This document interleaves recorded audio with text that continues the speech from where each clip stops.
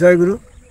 এখন আমরা আছি কুড়িগ্রাম জেলার ভ্রঙ্গামারী দুধকুমার নদীর কাশবনের চরে।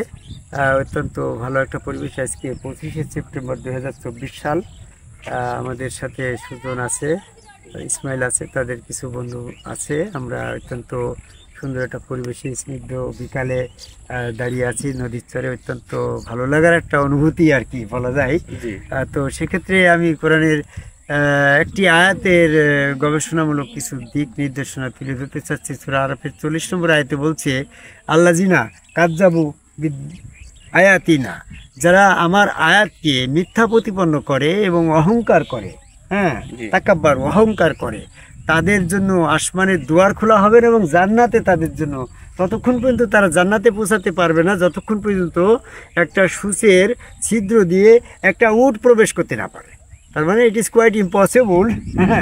এটা একটা বিষয় আর কি, যে যারা আল্লাহ পাকের আয়াতকে মিথ্যা প্রতিপন্ন করছে এবং সেই মিথ্যা প্রতিপন্ন করতে গিয়ে নিজেকে অহংকার সাব্যস্ত করছে, অহংকার করছে এবং মিথ্যা প্রতিপন্ন করছে, তাদেরকে আল্লাহ জান্নাতে দিবেন, এক কথায় বোঝা যায়।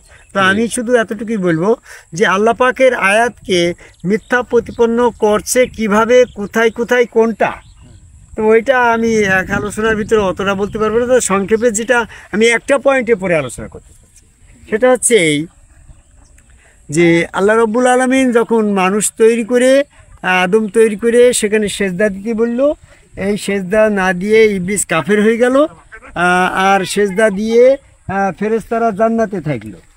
এই সেজদা নিয়ে আমাদের কিছু বিভ্রান্তি আছে। এই আদমকে সেজদা করা না করার ব্যাপারে কিছু মানে এই আয়াতটাকে তারা মিথ্যা প্রতিপন্ন করছে এবং আদম সেজদা করতে গিয়ে অহংকার করছে। যেমনটিভাবে ইবলিস আদমকে আবার সেজদা না করে কাফের হয়ে গেল, অহংকার করে সে কাফেরদের দলভুক্ত হয়ে গেল, সূরা বাকারার 34 নম্বর আয়াত। তো এই আয়াতে বর্তমান প্রেক্ষাপটে যদি আলেমদেরকে আমরা প্রশ্ন করি, তারা বলে যে এই আয়াতটা আসলে ফেরেশতা, জিন জাতি, ইনসান জাতিকে সেজদা করছে, যে জাতিগত শ্রেষ্ঠত্ব প্রমাণ করার জন্য সেজদা। ইসমাইল, তো আমি এটা খণ্ডন করি এইভাবে, যে জাতিগত শ্রেষ্ঠত্ব প্রমাণ করার জন্য যদি এই আয়াতের সেজদার হুকুম হতো, তাহলে পরে আয়াতে বলা হতো ওয়াজুদুল ইনসান, সেজদা করো ইনসানকে। এ ফেরেশতা জাতি, ওয়াজুদুল ইনসান, তোমরা ইনসান জাতিকে সেজদা করো। কিন্তু আয়াতে তো ইনসান শব্দ আসে নাই। সৃষ্টি করার সময় বললো খালাকাল ইনসান, আমি মানুষ তৈরি করব, লাকাদ খালাকনাল ইনসান ফি হাসানাত তাকভীম, আমি অতি উত্তম আকৃতিতে ইনসান তৈরি করব। সৃষ্টি করার সময় ইনসান শব্দ আসলো, আর সেজদা করার সময় আদম শব্দ আসলো। এখানে একটু ভেদ রয়েছে। তাহলে জাতিগত শ্রেষ্ঠত্ব প্রমাণ করার জন্য এখানে সেজদা হয় নাই। তাহলে তুমি বলতে পারো যে তাহলে এটা ফেরেশতা আর জিন জাতি সেজদা করেছে আদমকে, এটা ইনসান হয়ে মানে ইনসানকে সেজদা করার আয়াত আসে নাই। যদি ইনসানকে সেজদা করার আয়াত আসে নাই, বা ইনসান হয়ে ইনসানকে সেজদা করতে এতে বলে নাই, এটা খণ্ডন করি আমি এইভাবে যে ওই পিরিয়ডে ইনসান বলতে মা হওয়াকেও ইনসান বলা যায়, তাই তো। আর আদম হচ্ছে বাশার, আদমকে কিন্তু ইনসান বলে আখ্যায়িত করে নাই। সেক্ষেত্রে আমি দেখেছি সূরা হিজরের 28 নম্বর আয়াত, সেখানে লাকাদ খালাকনাল বাশারিন মিন সালসালিন মিন হামাইন মাসনুন, আমি যখন বাশার তৈরি করবো, এখানে কিন্তু ইনসান শব্দ আসে না। তাহলে আদমকে মাটি কাদা দিয়ে তৈরি করা হয়েছে, উনার নাম দেওয়া হয়েছে বাশার। তাহলে বাশার শব্দ দিয়ে এটা প্রমাণ করা হয়েছে যে ইনসানেরই উপরের স্তর। তাহলে মানুষের ভিতরে 3টা স্তর আসলো। এই বাশার শব্দটা দিয়ে আরেকটা আয়াত আসছে, সূরা সাদ আয়াত নম্বর 71। এখানে বলা হয়েছে মানে ফেরেশতাদেরকে বললেন যে আমি মাটি কাদা দিয়ে বাশার তৈরি করব। তো এখানে বাশার শব্দ আসছে, ফাইজা সাওয়াইতুহু নাফাকতু ফীহি মির রূহি ফাকাউলাহু সাজদিন, যখন সেই বাশারের দেহগঠন সম্পূর্ণ করে ওতে আল্লাহ নিজ রূহ ফুৎকার করা হইবে, সেখানে তোমরা সেজদা করিবে। এখানে তো বাশারকে সেজদা করতে বলা হয়েছে। তাহলে বাশার বলতে কাকে বোঝানো হয়েছে? আল্লাহ রাব্বুল আলামিন সূরা বাকারার 30 নম্বর আয়াতে বলছে যে জমিনে আমি আমার প্রতিনিধি নির্ধারণ করিব। এই প্রতিনিধি নির্ধারণ যাকে বাসার ইনসানের ভিতর থেকে যারা বাসার তাদেরকে প্রতিনিধিত্ব দেওয়া হয়, যাদেরকে প্রতিনিধিত্ব দেওয়া হয় তারাই বাসার। এই ক্ষেত্রে আদমকে প্রতিনিধিত্ব দিয়েছে, আদম ছিল সৃষ্টিগতভাবে বাসার, তাই ওখানে সেজদার সময় বলা হয়েছে ওয়াসজুদুলি হ্যাঁ আদম, আদমকে সেজদা করো। এখানে ইনসান শব্দ আসে নাই যে তোমরা ইনসানকে সেজদা করো। তাহলে সৃষ্টিগতভাবে মানুষকে তিনটা শব্দ দিয়ে প্রমাণ করা হয়েছে, একটা হচ্ছে নাস, এটা ইনসান, এটা বাশার। তো আদম নাস মানে সাধারণ মানুষ, শয়তানযুক্ত মানুষকে নাস বলে, সূরা নাসের ভিতরে আসছে। আর শয়তান মুক্ত মানুষকে ইনসান বলে, পবিত্র মানুষ ইনসান। যেমন আদমকে তৈরি করার সময় মা হাওয়া ওখানে ছিল, তো মা হাওয়া পবিত্র ছিল না বেহেশতের ভিতরে, মা হাওয়া তো ইনসান। তাহলে ইনসান মানে পবিত্র মানুষ, আর বাশার মানে অতি উত্তম মানুষ, খেলাফত প্রাপ্ত মানুষ। তাহলে এখানে আদম ছিল বাশার, তাহলে আদমকে সেজদা করলো জিন, ফেরেশতা এবং ইনসান। যারা ইনসান হবে উপরে বাশার আদমকে সেজদা করে। যদি আদমও ইনসান হইতো তাহলে ইনসানও ইনসানকে সেজদা করতো না, কিন্তু ইনসান হয়ে বাশার আদমকে সেজদা করছে। কথাটা এমনটা না। যারা নাস তারা শয়তানযুক্ত আছে, এই শয়তানযুক্ত মানুষ যখন বাশার আদমকে সেজদা করবে, শয়তান থেকে মুক্ত হবে, তারা ইনসানের জগতে পৌঁছাবে। ইনসান যখন মমিনত্ব লাভ করবে এবং সারেন্ডার করবে বাশারের কাছ থেকে, তখন তারা আস্তে ক্রমান্বয়ে মুক্তিপ্রাপ্ত উত্তম মানুষে বাশারে গণ্য হবে। তা আদম ছিল বাশার, আদমকে সেজদা করলো ফেরেশতা মণ্ডলী, জিন এবং ইবলিস, জিন জাতি সেজদা না করে কাফের হয়ে গেল। এবং সেখানে মা হাওয়াও সেজদা করছিল। মা হাওয়া যে সেজদা করছিল তার লজিক প্রমাণ কি গো? এখানে সেজদা গ্রহণ করার দলে একমাত্র আদম, আর সেজদা না করার দলে একমাত্র ইবলিস। তাহলে মা হাওয়া সেখানে উপস্থিত ছিল সূরা বাকারার 35 নম্বর আয়াত। তাহলে মা হাওয়া কোন দলে গেল? যদি ইনসানকে সেজদা করার নির্দেশ থাকতো তাহলে ইনসান, মা হাওয়া যেহেতু ইনসান, উনি সেজদা গ্রহণ করার দলে থাকতো।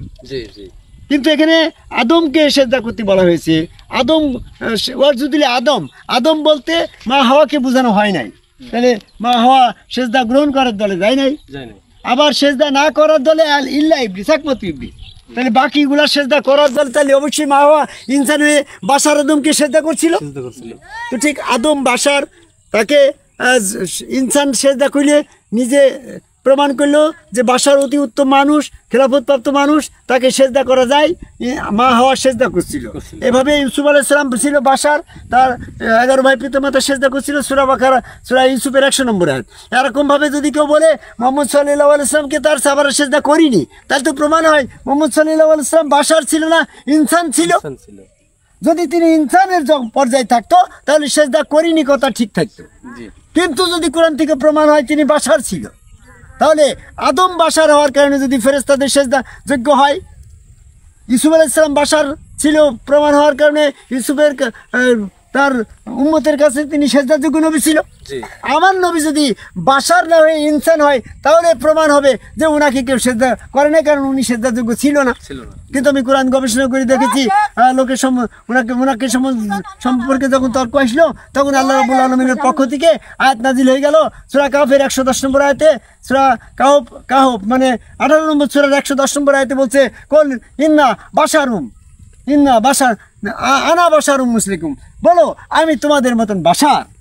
তাহলে বাশার শব্দ আশায় প্রমাণ করে তিনি সেজদাযোগ্য নবী ছিলেন। আদম বাশার ছিল, সেজদা করছে। মুহাম্মদ ইউসুফ আলাইহিস সালাম বাশার ছিল, সেখানে সেজদা করছে। নিশ্চয়ই মুহাম্মদ সাল্লাল্লাহু আলাইহি ওয়াসাল্লাম বাশার, এই জন্য তিনি উত্তম মানুষ। আর উত্তম মানুষ মানে তার খেলাফত দেওয়া হয়েছে। বাশার খেলাফতপ্রাপ্ত নবুয়তপ্রাপ্ত নবী ছিলেন। কাজেই নবুয়তপ্রাপ্ত, খেলাফতপ্রাপ্ত, রেসালতপ্রাপ্ত যারা, তারা ইনসানের মুক্তির জন্য, নাসের মুক্তির জন্য, নাস মানুষ বাশার মানুষকে সেজদা করে শয়তান মুক্ত হবে। ইনসান মানুষ বাশার মানুষকে, খেলাফতযুক্ত মানুষকে সেজদা করে মুমিনত্ব লাভ করবে।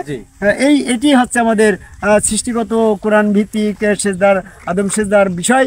এই আদম সেজদার আয়াতগুলোকে যারা ব্যর্থ করার চেষ্টা করছে, মিথ্যা প্রতিপন্ন করছে, তাদেরকে আল্লাহ কখনো জান্নাত দিবে না। সূরা আরাফের 40 নম্বর আয়াত। এবং আয়াতকে যারা ব্যর্থ করার চেষ্টা করে তাদের জন্য কঠিন শাস্তি জাহান্নাম। সূরা হজের 51 নম্বর আয়াত। এরকমভাবে যারা আয়াত অস্বীকার করে তাদেরকে আল্লাহ তাদের কর্মফল বিনষ্ট হবে। সূরা কাফের 105 নম্বর আয়াত। কাজেই আমরা যারা এখনও আদম সেজদা থেকে বিরত আছি, তারা যে সমস্ত আয়াত পালন করার পর আদম কাবাই সেজদার এই আয়াতকে মিথ্যা প্রমাণ করে বিভিন্নভাবে এটারে রহিত করা হয়েছে প্রমাণ করে এটা রহিত হয় নাই সূরা বাকারার 106 নম্বর আয়াত। এরকমভাবে বলে এটা মুহাম্মদ সাল্লাল্লাহু আলাইহি ওয়াসাল্লামের পিরিয়ডের শরীয়তে ছিল না, এটা হচ্ছে ইউসুফের শরীয়তে ছিল, আদমের শরীয়তে ছিল। আর সেক্ষেত্রে সূরা বনী ইসরাঈলের 77 নম্বর আয়াতে বলছে হে রাসূল তোমার পূর্বে আমি যে সমস্ত রসুল পাঠাচ্ছি তাদের জন্য যে নিয়ম ছিল তোমার জন্য একই নিয়ম। তাহলে ইসলামের ভিতরে নবীদের ভিতরে বৈষম্য নাই। সূরা বাকারা 136 নম্বর আয়াত। আদম সেজদাযোগ্য ভাষার নবী ছিলেন, উনি সেজদা পাইছে ফেরেশতাদের। এরকমভাবে ইউসুফ আলাইহিস সালাম সেজদাযোগ্য নবী ছিলেন, মুহাম্মদ সাল্লাল্লাহু আলাইহি ওয়াসাল্লামও সেজদাযোগ্য নবী ছিলেন। যে উনি যদি সেজদাযোগ্য না হতো তাহলে নবীদের ভিতরে তো পার্থক্য বা বৈষম্য এসে যেত। তা নয়, প্রত্যেক নবী বাশার নবীকে বাশার মানুষকে সেজদা করে মুক্তিপ্রাপ্তর দ্বারে যেতে হবে। শয়তান থেকে মুক্তি হওয়ার জন্য সূরা বাকারা 151 নম্বর আয়াতে বলল রসুলগণ তোমাদেরকে পবিত্র করবে। এজন্য রসুলগণ সব এই বাশার মানুষকে সেজদা করেই আমাদের শয়তান থেকে পবিত্র হয়ে মুমিনত্ব লাভ করে মুসলমান হওয়ার আহ্বান করে আমার কথা শেষ করি। জয় গুরু।